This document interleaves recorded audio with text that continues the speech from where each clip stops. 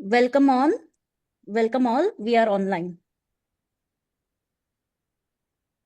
Thank you. And good afternoon to all. And first of all, greetings for the World Environment Day.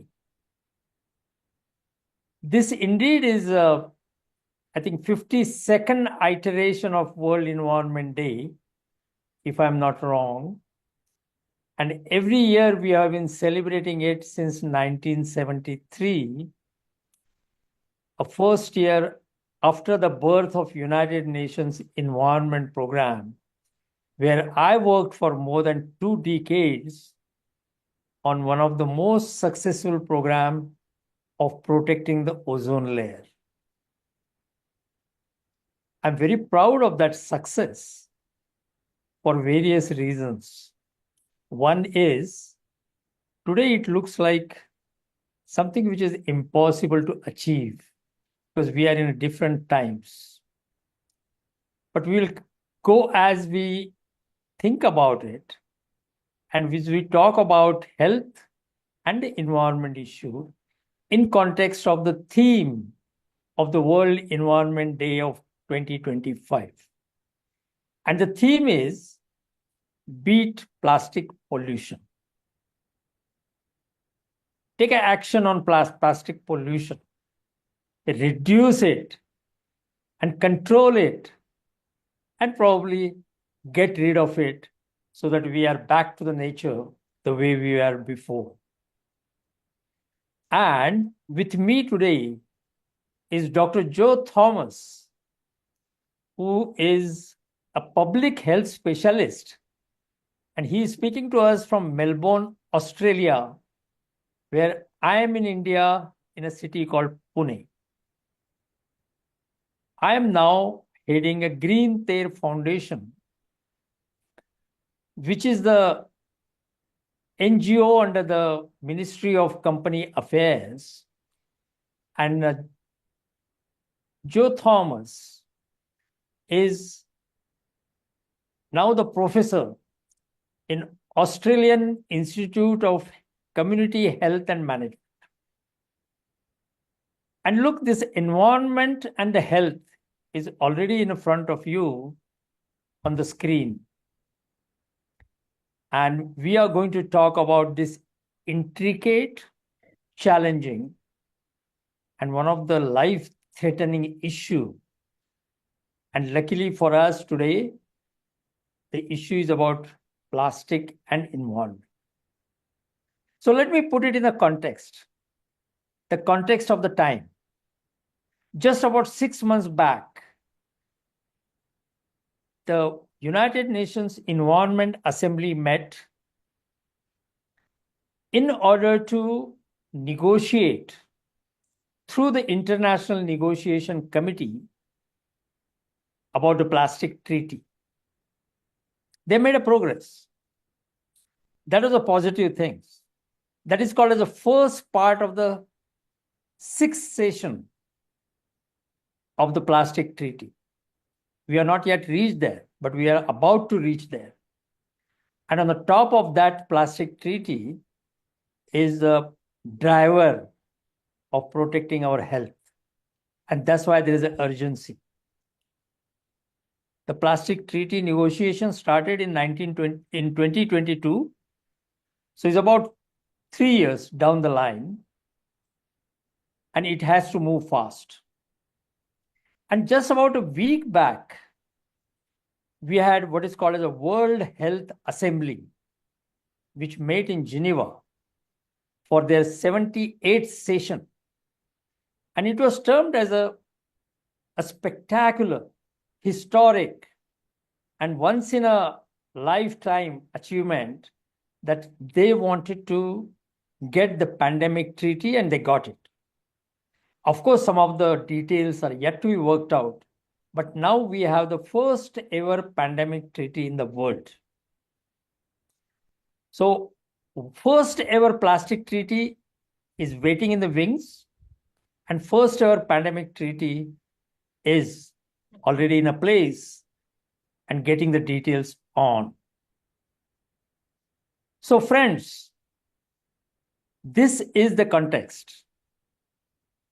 And Professor Joe, I'm going to request him to tell us about the key issues that were discussed in a World Health Assembly, which are related to health in general, but plastic in particular. And I say when in plastic, I talk about pollution in general. Because you know that the pollution issues at the United Nations level are air pollution, water pollution, plastic pollution, and chemical pollution. So there is a whole group of polluting constituents. And let's hear from Joe. What do you think? So we will be having a dialogue between Joe and myself, environment and the health, which is becoming a driver for us to take action. And we'll see that we will end this podcast by declaring not just concluding remarks, but concluding action. So we are going to, at the end of it, walk the talk. We are formulating it as we go along, and we will declare it that this is what we will be doing. Dr. Joe Thomas, floor is yours. Namaste. Thank you. Thank you, Dr. Shende, for arranging this very timely issue. And also the technicalities of Terra Foundation is hosting this meeting. And I appreciate and acknowledge your contribution and your colleagues who are working behind the scene. Thank you very much, and good evening to all. I am speaking from Melbourne. Melbourne is known as Naram. That is the indigenous name for Melbourne. So greetings from Naram. And about a week ago, I had the opportunity to attend some of the 78th World Health Assembly in Geneva, which I am attending for last 6-7 years. And there is a reason why I'm saying that I'm attending several of this consecutively. I'll come to that. This year's World Health Assembly had about 72 items in the agenda. And let me introduce what is the World Health Assembly. World Health Assembly is a general body meeting of the members of World Health Organization. There are almost 192 countries are members of World Health Assembly, WHO, World Health Organization. And the general body is called WHO, World Health Assembly. And World Health Assembly is the paramount mechanism for taking decisions regarding global health, public health. So that's the importance of World Health Assembly. And the World Health Assembly is attended by the ministers, ministerial departments, or the ministries of the world. And the agenda for the World Health Assembly is vetted or curated by Executive Committee of the WHO. That's approximately about 35 people from based on the technical expertise they selected from different countries they nominated. So this technical committee is the committee which decides about the prioritization importance of the agenda for the meeting. And also they are the one who finally weighting the 72 items agenda.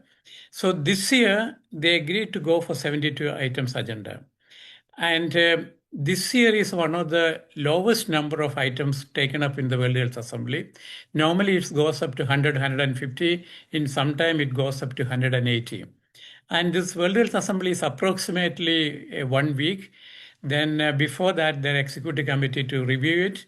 Then after the meeting, also exco meetings to look into what are the action plans for the decisions taken at the World Assembly. So this is in a nutshell. One of the most important decisions taken at the World Health Assembly was the pandemic treaty.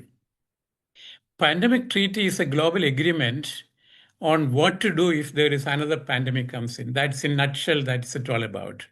But then there are nuances about it. When you talk about a pandemic, one is the scientific aspect of it. Second, there are political aspect of prevention, control, regulation. Then there are again scientific aspect of vaccines, medicine, treatment, and also other medical equipments. But in the COVID pandemic, what we noticed is that there are many significant issues came up. Number one, the biological material of the molecular material of the virus, whether that should be shared globally or who should get that. And why that's important, if you want to work on the vaccine, you should have this genetic material. So initially, this is one of the issue about it is assumed that it's somewhere in China, Wuhan, this was began, and there are many hypotheses put forward. What is the source of this virus? It could be a animal to human species jump, and there is one of the dominant theories about how this virus came into the human body. It could be because of many reasons, and maybe the environmental crisis is pushing our increasingly human-animal conflict or contact is coming up. So this may be one of the contexts in which the coronavirus came into contact with the human being. This is one part of it. So when the virus is started spreading all over the world, people started looking for the genetic material of this virus. Then there are some difference of opinion, some reluctance for sharing to the other countries. The reason is why this is not sharing. Number one, the vaccine created out of this genetic material, there is no guarantee that that is accessible to everybody. Because a country which has got a genetic material about virus, you share it to other country, they create a vaccine, but the country which supplied the virus and the genetic material, they may not get the benefit of the virus, the vaccine. So these are the nutshell. This is one of the difference of opinion why it didn't come through very actively. Even India started manufacturing, Indian companies started manufacturing vaccine, but also it was not widely distributed because many people started hoarding the vaccine.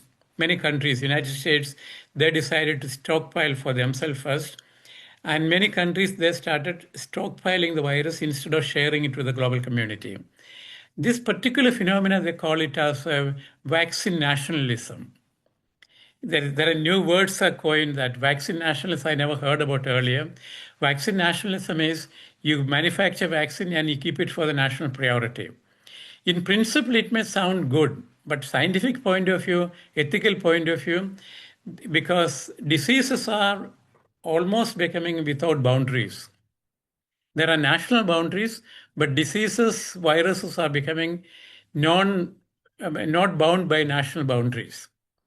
So then there's no particular point in one country saying that we have the genetic breakthrough, we have the vaccine breakthrough, but we are not sharing with others.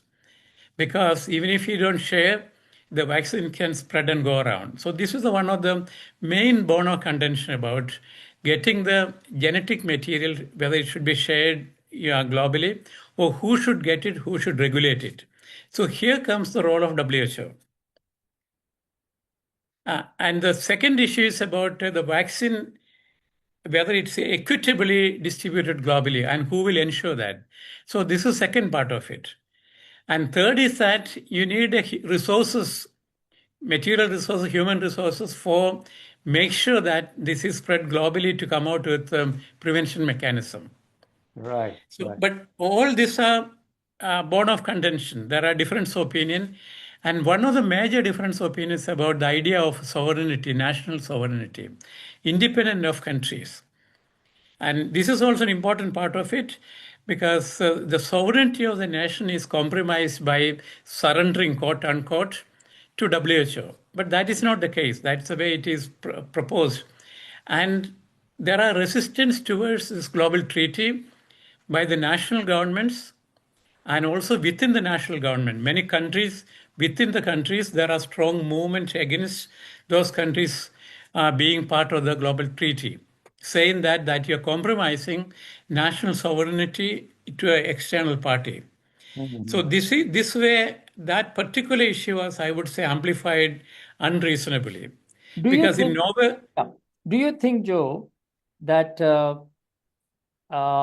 national sovereignty issue has been considered now as a stumbling block for handling the issues like pandemic, which don't know the national boundaries? We have gone through this process in COVID-19 that it starts somewhere, then it's spread across, and nobody is spared. So there is no question of any national sovereignty in hiding certain issues. In fact, we should take a national pride in tackling that issue, how good we tackled it. But did you see in a World Health Assembly in Geneva, people talking about this, that the national pride at misplaced situations are becoming a stumbling block for us to progress. And let me tell you what is a stumbling block. The very fact that we are, even today, don't know the origin well about the COVID-19, the coronavirus. And I don't know whether we should call it a failure or that is why we got a pandemic treaty now. We don't know it. So I just want to know your insights into what the delegations were talking about. See, the discourse, the discussion was between national sovereignty and multilateralism. To solve a global problem, you need a global solution. And that is through a multilateral collaboration, multilateral partnership. So this is that principle, two principles of sovereignty versus multilateralism, but actually it is not one against another one. Mm-hmm.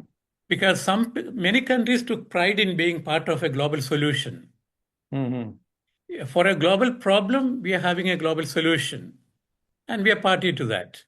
And remember, WHO had 192 countries. Out of that, some countries, the first time one country withdrew from the membership of WHO was United States.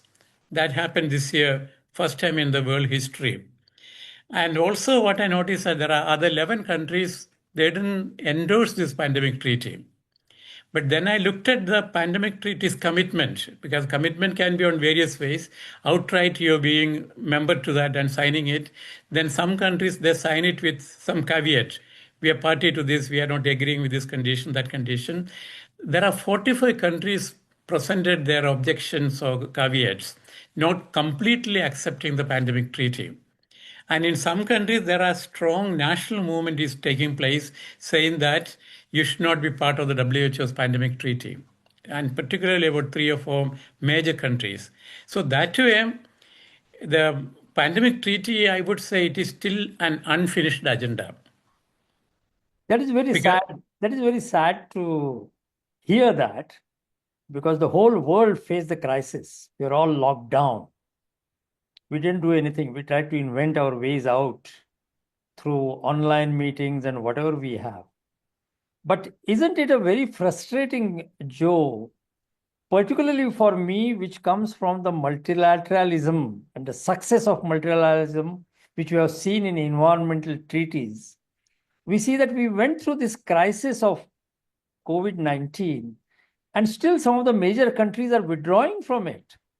So we should be putting up a collective show instead of we are showing a desperate show, a sort of a dispersion scenario we are giving. What did you yourself feel when you left that assembly?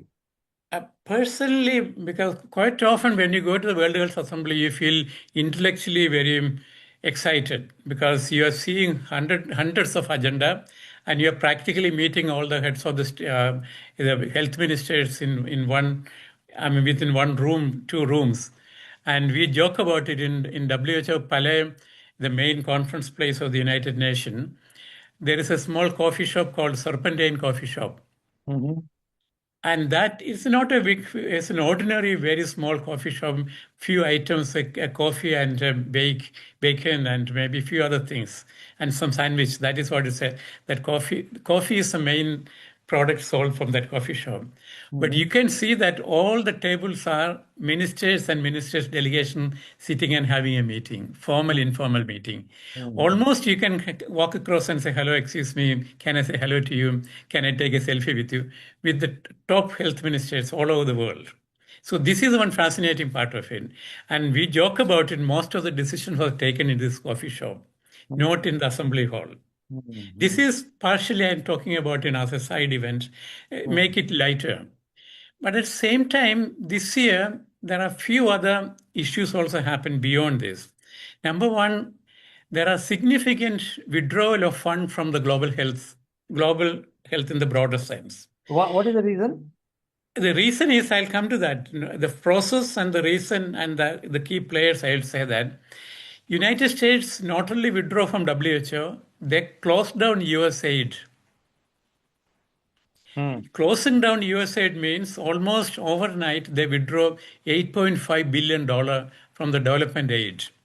And out of that, significant part of the money used to go to global health related issues, including treatment, medicine, diagnostic facilities, and also setting up health systems, technical advice. All this is literally overnight is withdrawn. So this way, this has got repercussion across the region. And to explain it, the impact of this, let me explain an example about it. People are saying that there are 8,000 families are going to withdraw from Geneva. They're going to leave from Geneva because they're going to lose job. So this is the magnitude they're talking about. Because not only WHO staff, UNAIDS, they cut down their staff almost half. About 300 staff are going to lose job. Almost same number in from WHO. Still, we don't know how many are going to lose. Then Gavi, Global Vaccine Alliance, then Global Fund. There are many agencies they're going to cut down. Even at the Geneva government, Swiss government is concerned about it because there are major impact on a major city of Switzerland, Geneva, financial implication. And the market price, the property price is going to be impacted by this one particular decision. These are the different layers of this. And also when you're talking about overnight, people lost treatment, particularly AIDS treatment. That means there are people are going to die because of not getting medicine. It's not that we don't have medicine. Because the cost of it, because of the lack of logistical issues, that is what is withdrawn from the global health. So the global health, people are, the confidence in WHO is challenged. And the USAID is cut down. So the financing for global health is significantly challenged. And also there are human resource wise, there is significant number of top level leaders are going to go out of WHO. So, Joe, I would like to ask at this point of time, and let me share my feeling about it, that when the WHO Director General talks about one world for health, and our Prime Minister of India, Narendra Modi ji, also talks about one world, one health. So those are only talking terms. Is it really happening on the ground? What do you feel about it? Because it's not a good scenario when some of the major players just walk out. I mean, I was a part of these negotiations. For example, in Montreal Protocol, I have seen climate change. Climate change, of course, of late people are walking out. But in a Montreal Protocol, there was a consistency. There was a consistency that people had a faith in it. They were supporting it. There was no two ways about it. There were differences, but there were no divisions. There were not disruptions. And I think that won the case in case of Montreal Protocol. So do you think that we are fighting a loose battle here? I think I would say, I put it in a different way. The intensity for global solidarity is weakened. See, for example, I had opportunity to witness the Sustainable Development Goal, how it is approved in the UN General Assembly in 75 September 22nd. I was at the General Assembly, I witnessed that. So the energy and the excitement, even though we agreed finally on 17 Sustainable Development Goal, initially there were about 35 goals. Then it's negotiated, cut down to a manageable 17. But the negotiation was intellectually stimulating, exciting. People had a great faith and hope in it. But that kind of excitement was not there in the pandemic treaty negotiation. I mean, this is very subjective. I cannot pinpoint answer. This is my perception, and I'm monitoring that for the 3 years. This negotiation, discussion, and the back and forth discussion about the thematic and critical issues. And I would say that a commitment for equity that didn't come through very clearly. Global solidarity didn't come through very clearly. And also the concern for multilateralism was questioned. So these are some of the issues, and how that is, I mean, you have to see that how exactly it's played upon. Number one, normally US government sent a delegation of about 50 people for the World Health Assembly. And they are the senior most people in the global health, public health area, senior professors, senior policymakers, advisors, bureaucrats, very senior, they're to the core of the subject specialists. Then they spread around in all the thematic discussion. They have their impact, they contribute, they negotiate, they really put their stamp on it. But this year, United States completely withdrew. There's nobody came from US. So the intellectual contribution or negotiation was taken on a different level. But I would even say that's also provided an opportunity. Opportunity for new players to come in, opportunity for new players to occupy space, new players to take leadership. But what I noticed that people are caught unaware. They were not prepared to take this new opportunity. See, for example, in the Indian context, I would say that India should come out with an agenda for global health diplomacy, how to utilize this new opportunity and what to do that. And also when people are saying that US government's contribution to WHO was almost $1.5 billion. That means $1.5 billion for WHO and almost $8 billion for overall health and development thing. And for me, it has got another side of the story. US government's annual contribution towards war and war-related machinery is almost $1 trillion. So if you weigh this, the more money and more resources are contributed towards misery, war-related public health calamities. So in that point of view, withdrawing 1.5 billion, you cannot look at it, you look in a different way. Again, WHO used to buy medicines and equipment from United States every year for almost about $800 million worth of products. Now that market is going to change to other countries. And how this is going to come out, it's a new opportunity, I would call it. This is also linked with the pandemic treaty. Pandemic treaty, one of the issues is about production of vaccine, production of diagnostics, production of other treatment opportunities. But then to produce this, you need genetic material of the original virus, original bacteria, whatever it comes to the next one. But then suppose this comes in a country like Indonesia. Indonesia will not have a technical capacity to manufacture vaccine medicine at this stage. But suppose they gave it to X country, a country which has got the competency to produce all this. But in return, they have nothing. They give them genetic material, but in return, they are not going to get the medicine or diagnostic material. So this is one issue which WHO is going to mediate. WHO is going to ensure that at least 10% of the new vaccines, new medicine will be equitably distributed globally. Okay. So whenever there is one thing, Joe, that knowing that USA has withdrawn, and with USA goes the finance is withdrawn, and it is quite a jolt, if I may say so. Was there any determination among the rest of the people, rest of the countries, that don't worry, we will fill in. We will put it because it's a lives of the human being. It's a life of our ecosystem. It's a life of our animals, our biodiversity. And we are not going to compensate. We are not going to lose that. We are not going to let it go. And doesn't matter. Let one country go. Probably they will learn the lesson and come back again. And I like your optimism that yes, it gives up the new opportunity. So did you get that somebody saying that, no, we will go ahead, don't worry? that kind of thing? No, that's one of the positive aspect of entire meeting, because see, World Health Assembly is conducted parallelly in two committees, Committee A, Committee B.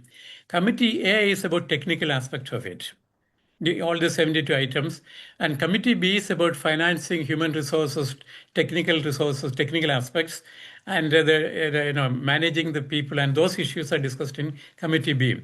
Committee B decided that all the countries unilaterally going to increase their contribution 20% more. Very good. That decision was approved unanimously. All the countries they decided to increase their contribution 20% more. But on the top of it, independently, many countries they committed additional funding. It came from Japan, it came from UK, it came from European Union. Also, it came from China. China committed $500 million contribution for the next 5 years to WHO, in addition to its regular contribution. Excellent. Yes. So that way, there is an effort towards compensating this. Good positivism. Positivism. Yeah, the optimism is there, and they managed to come out of the way. But even though there is a compromise, but also you have to remember that in WHO in Geneva office, probably about 400 people are from United States on secondment. And probably they may have to go. In that capacity, US is losing a very strategic advantage on global health. And the US students' capacity for internship in developing countries to know about global health, that opportunity is going to cut down. Right.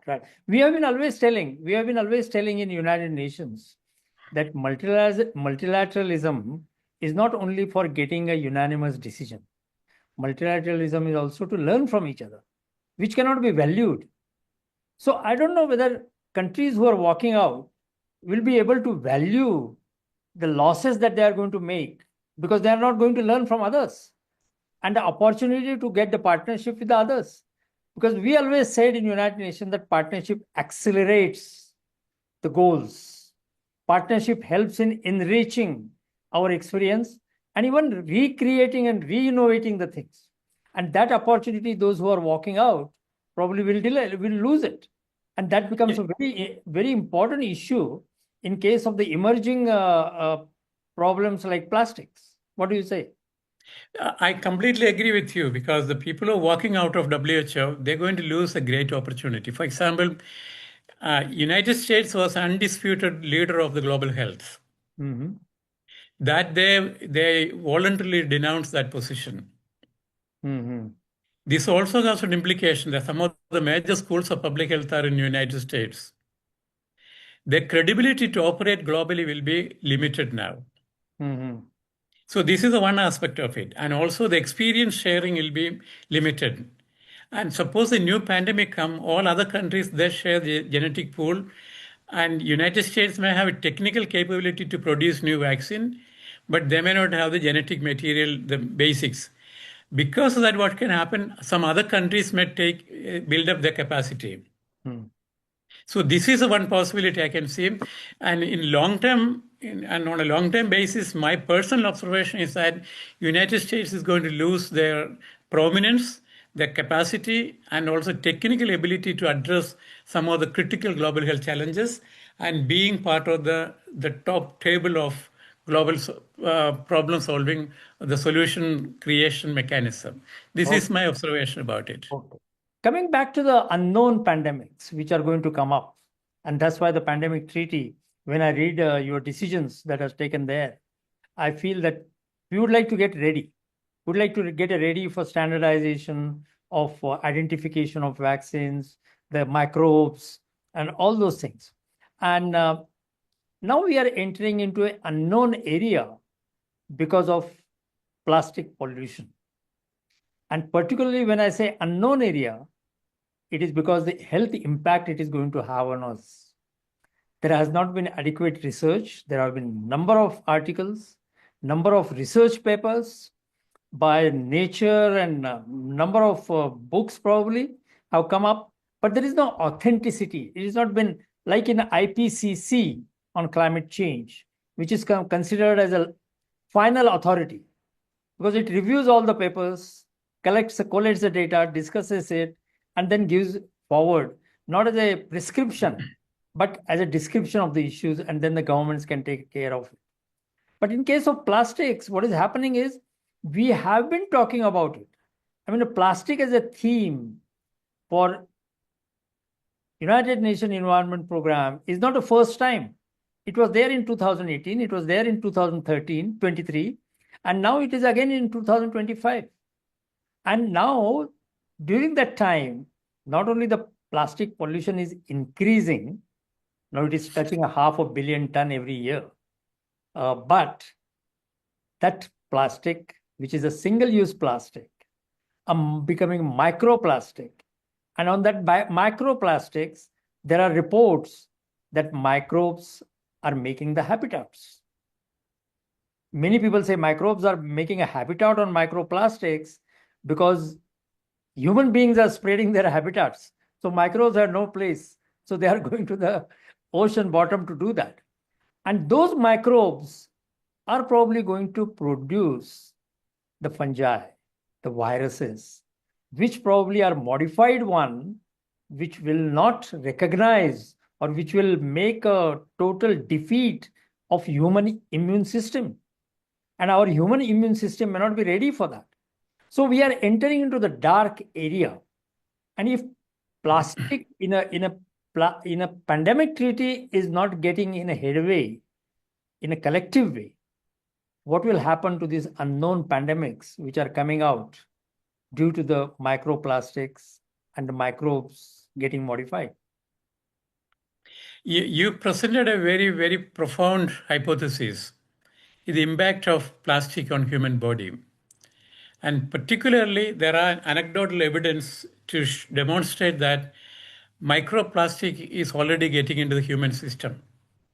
And what is its health impact is not being completely monitored. So probably what we need is a global longitudinal monitoring and study on the impact of microplastic on human bodies and what is its implication of human immunity and also the disease resistance and the disease interaction. Mm-hmm. When human body is holding certain percentage, certain quantity of microplastic in the blood circulation, it may lead towards serious health complication. But this is not as a one person's disease. It's as a collectively, even though it is not called as a pandemic, microplastic pandemic yet, but there is all the hypothetical and also initial preliminary evidence to demonstrate that unless it is monitored and prevention interventions are not in place, microplastic can becoming a major epidemic level impact on human body. This is a very strong hypothesis. And this hypothesis needs to be tested, evidence needs to be collected, and also longitudinal data should be collected for a decision making. And I think that's one of the immediate challenges for the global community to monitor the health implication of microplastic, which is getting into the human system, and the mechanism in which it's getting on, and how it is deposited in the blood circulation, in the heart or other vital organs of the human body. So this need to be monitored. And I was looking at some of the initial preliminary literature. It's not a systematic literature review, but initial preliminary literature review demonstrate that there is a need for looking at collecting data. And why we are not declare it as a pandemic? Because we don't have enough data. That doesn't mean that the pandemic is not there already. But let's come to one interesting point, and I know that there is a quite a variety of audience that is listening to us, right from vice chancellors to the faculty to the dean, based on whatever the data I have got. There are also the corporate advisors who are listening to this. I want to ask you the question, and I myself felt that the whole COVID-19 caused about 7 million deaths, approximately. I know something were hidden, something were not hidden, that kind of thing. But if you look at the World Health Organization data, every year, more than 7 million people die due to the air pollution.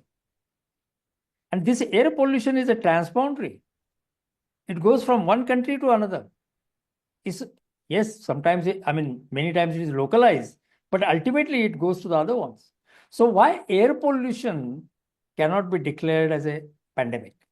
And this question has been asked by one of the experts, health experts, in a question answer.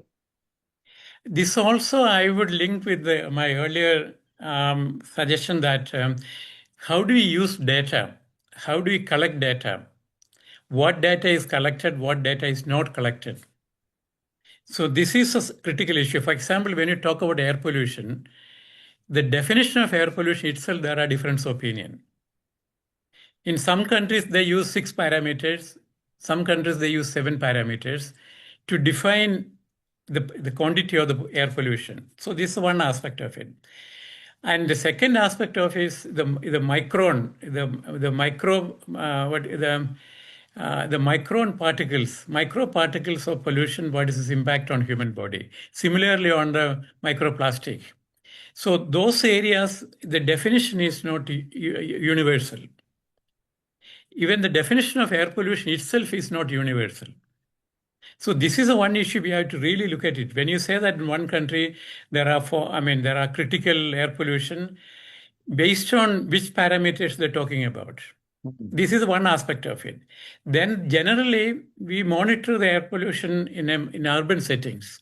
In the rural setting, there are different forms of air pollution coming through the burning of the agricultural products, agricultural leftover. So that can contribute to air pollution. But in the perception is that rural areas, less pollution. So our monitoring capacity of the intensity on a longitudinal level, that data is slowly coming up. So air pollution is a major public health threat. Whether it should be declared as a pandemic or epidemic, it's a matter of time. That's my observation. And also, who should declare it as an epidemic? It should be by WHO. Yes. So WHO's, if you look at the next 4 or few years agenda, they have some very serious critical agenda is in their hands. Looking at plastic and its impact on health, longitudinal data, and declaring at some point of time, microplastic is a major deterrent to health and major determinant of health. That's one part of it. That declaration is a matter of time. Similarly, air pollution and its impact on health, and it's almost reaching at the critical breaking point. And when they're going to declare, again, it's a matter of time. So these two are the major thing. Again, you have to link up this with the climatic crisis. I know you're saying the climatic change. I was coming to that, Joe. Yeah. That climate change also is now no longer a national issue. It is so happened that there are nationally determined contributions, NDCs. Every country gives the contributions and the goals. But the climate change is a global problem. So with the help of national determinants, national determination, and nationally determined contribution, we are trying to solve the global problem. So maybe we will be successful, maybe we will not, because some of them will walk out from their promises. And as others probably will have to say that, okay, we take a larger share of the reduction of GHGs and we compensate for that. I mean, that is pretty pitiable, shameful position that we are in. But it is, you are right, it is happening not only in plastic pandemic or plastic issue, it is happening in air pollution, it is happening in climate change, and it is happening in biodiversity. So we are faced with these issues, and I have now something to propose. We know that all this funding, we require it for treatment, of course, the first thing. When it comes, we require for vaccine development, for this thing, but we also require for the research, for preventions, and for the strategies to understand. And you mentioned the subjects like standardization. We don't have a standardization even for air pollution. And we may not have a standardization for calling what is a single-use plastic. What is it called? Some people say you only use it for some time and then throw it. Some people say, no, you immediately throw it. So what exactly is a single-use plastic and how it degrades and how the microbes build on that, taking their own apartments on a microplastic. I mean, all this need to be studied, and the research institutes are busy in atomic research, in clean energy, which is the right way to do, of course, but they are also busy in AI. They are busy in blockchain technologies. So don't you think that like WHO, there should be World Technology Streamlining Organization, that where we should put our money? Because I know that money is, sometimes we feel it is unlimited because most of it is going to the Ukraine war. Same thing for climate change. In the negotiations, people are not losing their purse. They say, no, we don't agree to $1 trillion. We will agree to $300 million. That's what happened in the Baku in COP29. People said that we require $1 trillion kitty, and we agreed to 300 million. People were happy, clapped, because earlier was 100 billion, and now it has become 300 billion. But we are far short of 1 trillion. Sorry, I used a million words earlier, but I wanted to say billions. But we know that trillions are going in a wars. So there is an issue of perception. And do you think that so-called Gen Z, the youth, which has a capability of rethinking the issues, rethink the pandemic, rethink the crisis, and trying to find the solutions in totally what is called as a disruptive way? And shouldn't we promote such kind of activities in a youth campus and in universities, which in fact their number is growing? And don't you think that is our potential for tomorrow's safer world? I completely agree, but one of your statement, the climate change, I rephrase it saying that it is no more a climate change, it is a climate crisis. Because the description is an important part of it. How you describe a situation, that will influence the way you deal with it. Mm-hmm. And scientists and the policymakers, opinion makers, and we should start describing it as a climate crisis, not a climate change anymore. Because from climate change to climate crisis, that critical stage that's over already. It is a climate crisis. Because the temperature is increasing, climatic change is very visible. The cycle of rain, monsoon, it is already changing. So, and also forest fire. So the cycle of normal, the weather cycle is dramatically changed to a crisis situation. Then your question about whether new generation will address it. Let me put it in a different philosophical way. Each generation has its own challenges. It's an opportunity to take the entire civilization to one step forward in a more humane, more progressive way, more equitable. That is opportunity.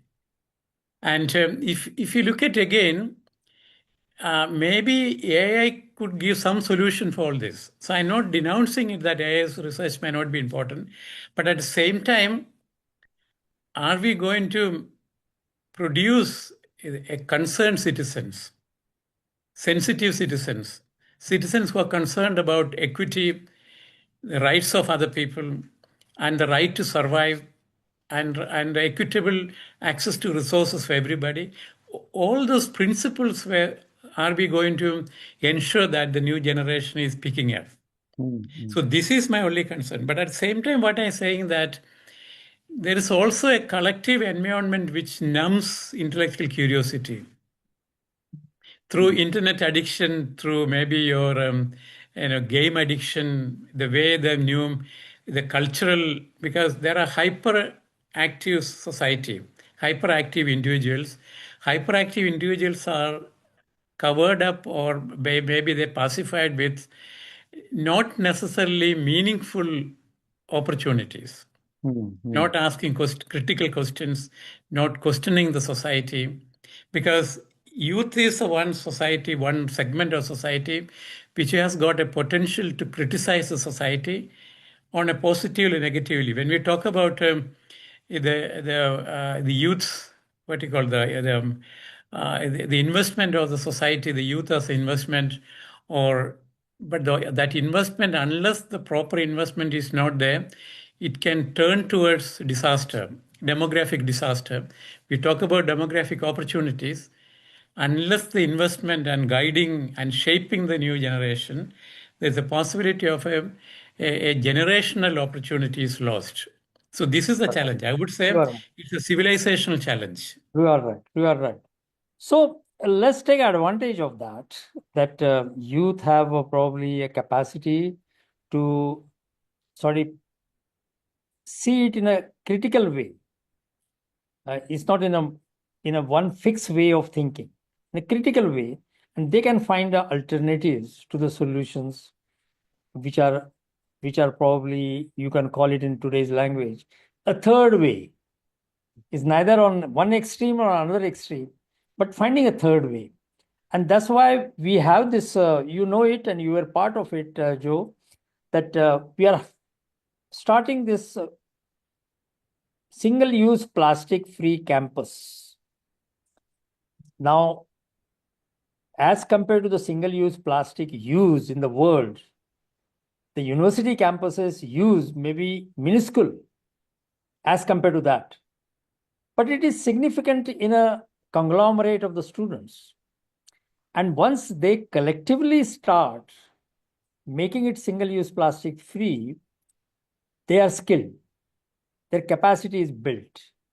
Their capacity to think in a different way. I mean, instead of using refuse, reuse, recycle, they can also re-innovate, recreate the things. And I think that opportunity, we want to avail it to start this network. We already have a network of net zero university campuses, and that is going on well. Some of the universities are making a tremendous progress on that. But we want to promote this single-use plastic-free university campus, thinking that at one point of time, campus will jump into community. That is what your area is, Joe. And from community, it will become country. And from country, it will probably go to the whole planet. So today, as we discussed, we would like to launch that network. And I would like for you, I want to give a floor to you to get your support for that. Thank you for thinking about it. And you rightly suggested creating a social movement, and universities are the center of it, and a movement towards against plastic pollution in general, and particularly against the single-use plastic, and greater attention to the impact of microplastic on human body.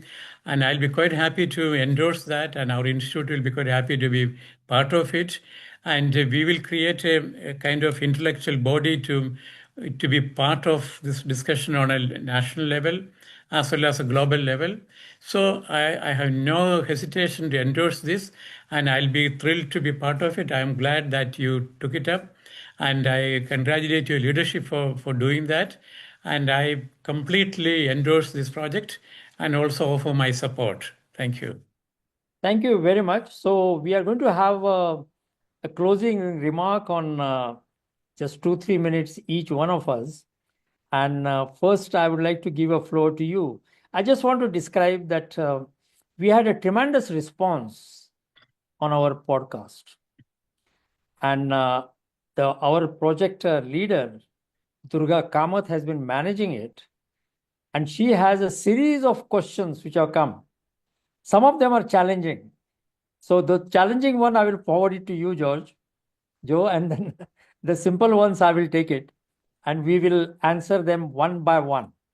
And I want to assure those who are watching this that none of their questions will remain unanswered. But at the same time, we will also invite you to join this movement, because we are not debating it. We are just initiating something which is not activism, but actionism. And that's what we want to start with. So that is number one. And I also told you, I think I'm repeating it, that those who are watching it is a very respected audience. They include the vice chancellors, they include the faculty, students, and I really would like to thank them in case they are still there because we are talking for nearly 1 hour, and that is so valuable for people like vice chancellors. But if they are still there, or probably they have put their own students there, I want to thank them and would like to request them to join this movement so that today it proves to be a launch of something really matters. So first I will give for 2 to 3 minutes for Joe to conclude, and then I will make a final word. Thank you. First of all, let me thank you for taking the initiative and organizing this podcast. It's very timely, very important, and also World Environment Day. And looking at plastic as a focus of this year's discussion, this year's theme of the World Environment Day. So you rightly selected the issue of plastic, and it's linked with the COVID pandemic and the future pandemic. And also it is linked with the life and even the sheer existence of the planet. So this is a connection between plastic, planet, and also the pollution. So that you correctly and very skillfully steered the discussion, and you highlighted this. And I rightly endorse that particular discussion and debate. And I would say that this environmental pollution, and particularly plastic pollution, it's a civilizational challenge, a challenge for the modern civilization. So each civilization has got its own challenges, but this particular challenge is an existential challenge. This particular challenge, the planet is in crisis, that can literally impact on the human civilization. And one positive light, what you can see is that the aspiration and also the enthusiasm of the youngsters to find out solutions, to look for opportunities to solve this problem, be part of something bigger than the normal day-to-day existence. And I encourage and I pray that a national movement, global movement will come out of it, looking at and asking for the safer environment, cleaner energy, and clean environment. So this may be a beginning of that. Thank you. And I have seen some of the questions. And if you amplify it, if Durga can amplify it, I can spend few time if you permit me to do that. And otherwise, I have all the questions with me. I may be able to answer through various social media, my own webpage and my YouTube, and maybe we'll have a follow-up session on critical questions later on. So we are aware of the questions you asked, but we will find a way to answer those or find an answer to that. That's my commitment. Thank you very much. Back to you, sir. Thank you. Thank you, Professor Joe. I think in a very positive way, you have concluded it and summarized it and also shown the way forward for this. So it's a plastic pandemic and planet. I wanted to, after talking to you, Joe, I wanted to add one more P to it, which is a political. So looks like we have to get out of this complex web of plastic, pandemic, politics, and planet. So there's a challenge. But let's keep the joke apart or light remarks apart from it. But I really, really appreciate your time, and because you have a first-hand information on what exactly happened. I know all the things you cannot divulge in a meeting like this, but probably I can see that you have something up your sleeves, and there must be discussions on that. And facing those kind of situation itself is an opportunity to rethink the way the multilateralism is going on. And that's what I feel, that the multilateralism which we thought in 1945 when United Nations came into being and the multilateralism of 21st century, there is a difference. And I think somebody has to start working on that to find out how the multilateralism can evolve to match the present whims, if I may say so, and whatever you call it, tantrums or something like that. But I think we have to develop that multilateralism, how we can quickly compensate for our losses and how we can go ahead in a collective way. Having said that, I must say that there is a need to do a tremendous research. It's not actionism in terms of getting rid of single-use plastic in a campus, but we need to start a huge research programs. So we should look for the grants for which, for the subject for which the grants are still not available, because probably the grant givers are not aware of these subjects. So there should be a training of donors to show that where the funding should go, and there is a human capital who can work on these things. So the network of the campus is not for collecting the single-use plastic and putting in a dustbin, but it is much more than that. It reaches up to pandemic, it crosses the national boundaries and those kind of things. And I myself don't call myself that young. I may be young in a different way, but I think if this message we leave it to the young generation, I think that would be the success of our podcast. So thank you very much. And we Thank will you. look forward to doing something very useful to the society. Bye. Thank you. Bye-bye.